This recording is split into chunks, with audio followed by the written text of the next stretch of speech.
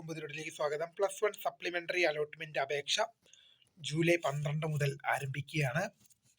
July 13 മുതൽ ആരംഭിക്കുകയാണ്. നമുക്കതിൻ്റെ നോട്ടിഫിക്കേഷൻ നമുക്ക് നോക്കാം, അതിൻ്റെ സർക്കുലർ നോക്കാം. പത്രക്കുറിപ്പ്: ഹയർ സെക്കൻഡറി +1 സപ്ലിമെന്ററി അലോട്ട്മെന്റ് അപേക്ഷ സമർപ്പണം.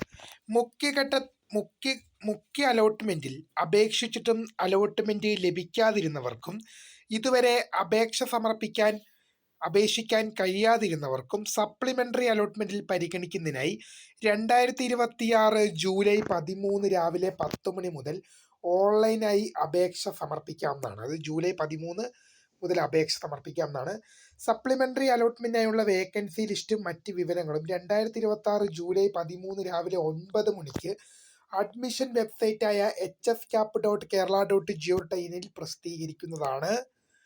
എന്നാൽ നിലവിലുള്ള ഏതെങ്കിലും കോട്ടയിൽ പ്രവേശനം നേടിക്കഴിഞ്ഞ വിദ്യാർത്ഥികൾക്കും മുഖ്യഘട്ടത്തിൽ അലോട്ട്മെന്റ് ലഭിച്ച് പ്രവേശനത്തിന് ഹാജരാക്കാത്തവർക്കും നോൺ ജോയിനിങ് ആയവർ, പ്രവേശനം ക്യാൻസൽ ചെയ്തവർക്കും ഏതെങ്കിലും കോട്ടയിൽ പ്രവേശനം നേടിയ ശേഷം വിടുതൽ സർട്ടിഫിക്കറ്റ് വാങ്ങിയവർക്കും ഈ ഘട്ടത്തിൽ വീണ്ടും അപേക്ഷിക്കാൻ സാധിക്കുന്നതല്ല. അതായത് നിലവിൽ ഏതെങ്കിലും കോട്ടയിൽ പ്രവേശനം നേടിയവർ, ഇപ്പോൾ merit, management, unaided, community, sports തുടങ്ങിയ കോട്ടകളിൽ ഏതെങ്കിലും കോട്ടയിൽ നിങ്ങൾ പ്രവേശനം നേടിയിട്ടുണ്ടെങ്കിൽ നിങ്ങൾക്ക് അപേക്ഷിക്കാൻ സാധിക്കില്ല. മുഖ്യഘട്ടത്തിലെ 1, 2, 3 അലോട്ട്മെന്റുകളിൽ പ്രവേശനം ലഭിച്ചു, എന്നിട്ട് നിങ്ങൾ എന്ത് ചെയ്തില്ല, അഡ്മിഷന് വേണ്ടി ഹാജരായില്ല, നോൺ ജോയിനിങ് ആയി, അതായത് നിങ്ങൾ അഡ്മിഷൻ കിട്ടിയിട്ടും എടുത്തില്ല, അങ്ങനെയുള്ളവർക്കും ഈ ഘട്ടത്തിൽ പങ്കെടുക്കാൻ കഴിയില്ല. ഏതെങ്കിലും കോട്ടയിൽ, ഇപ്പം sports, community, management, unaided, merit പോലുള്ള കോട്ടകളിൽ പ്രവേശനം നേടിയ ശേഷം TC വാങ്ങിയ വിദ്യാർത്ഥികൾക്കും ഈ ഘട്ടത്തിൽ അപേക്ഷിക്കാൻ സാധിക്കില്ല.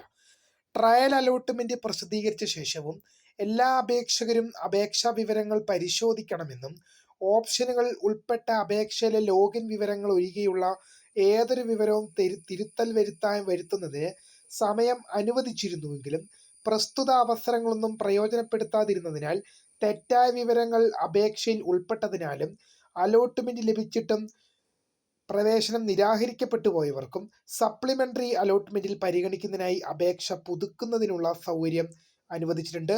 അപേക്ഷയിലെ പിഴവുകൾ തിരുത്തി വേണം അപേക്ഷ പുതുക്കേണ്ടത്. അതായത് നിങ്ങൾക്ക് ട്രയൽ അലോട്ട്മെന്റ് സമയങ്ങളിൽ നിങ്ങൾ ആദ്യം അപേക്ഷ സമർപ്പിച്ചപ്പോൾ നിങ്ങളുടെ അപേക്ഷ തെറ്റ് വന്നിട്ടുണ്ടെങ്കിൽ ട്രയൽ അലോട്ട്മെന്റ് സമയത്തിൽ നിങ്ങൾക്ക് എന്തുണ്ട്, അപേക്ഷ എഡിറ്റ് ചെയ്യാൻ സമയം അനുവദിച്ചിരുന്നു. ആ ടൈമിൽ എഡിറ്റ് ചെയ്യാത്തവർക്ക് അലോട്ട്മെന്റിൽ പരിഗണിക്കപ്പെടാതെ പോയവരും ഉണ്ടാകാം. അതുപോലെ തന്നെ അലോട്ട്മെന്റ് ലഭിച്ചിട്ടും പ്രവേശനം നിരാകരിക്കപ്പെട്ടു പോയവർക്കും ഈ ഘട്ടത്തിൽ അപേക്ഷിക്കാം. മെറിറ്റ് കോട്ട സപ്ലിമെന്ററി അലോട്ട്മെന്റിനൊപ്പം മോഡൽ റെസിഡൻഷ്യൽ സ്കൂളുകളിലേക്കുള്ള സപ്ലിമെന്ററി അലോട്ട്മെന്റും അപേക്ഷയും ക്ഷണിക്കുന്നതാണ്. സപ്ലിമെന്ററി അലോട്ട്മെന്റ് സംബന്ധിച്ചുള്ള വിശദവിവരങ്ങൾ വെബ്സൈറ്റിൽ ലഭ്യമാണ്. അപേക്ഷകർക്ക് സപ്ലിമെന്ററി അലോട്ട്മെന്റിന് അപേക്ഷിക്കുവാനും മറ്റു വേണ്ട നിർദ്ദേശങ്ങൾ, സാങ്കേതിക സഹായങ്ങളും സ്കൂൾ ഹെൽപ്പ് ഡെസ്കുകളുടെ നൽകാൻ വേണ്ട സജ്ജീകരണങ്ങൾ സ്കൂൾ പ്രിൻസിപ്പൽമാർ സ്വീകരിക്കേണ്ടതാണെന്നും അറിയിക്കുന്നു ജോയിന്റ് ഡയറക്ടർ അക്കാഡമിക്കിന് വേണ്ടി. അപ്പോൾ സപ്ലിമെന്ററി അലോട്ട്മെന്റ് അപേക്ഷിക്കുക. ഡീറ്റെയിൽ വിവരങ്ങളാണ് അപ്പോൾ പുതിയ കാണുന്നതിന് വേണ്ടി മിസ്കൃത ഫോൺ സ്ക്രൈബ് ഫോട്ടോ the career guide. Thanks for watching. By.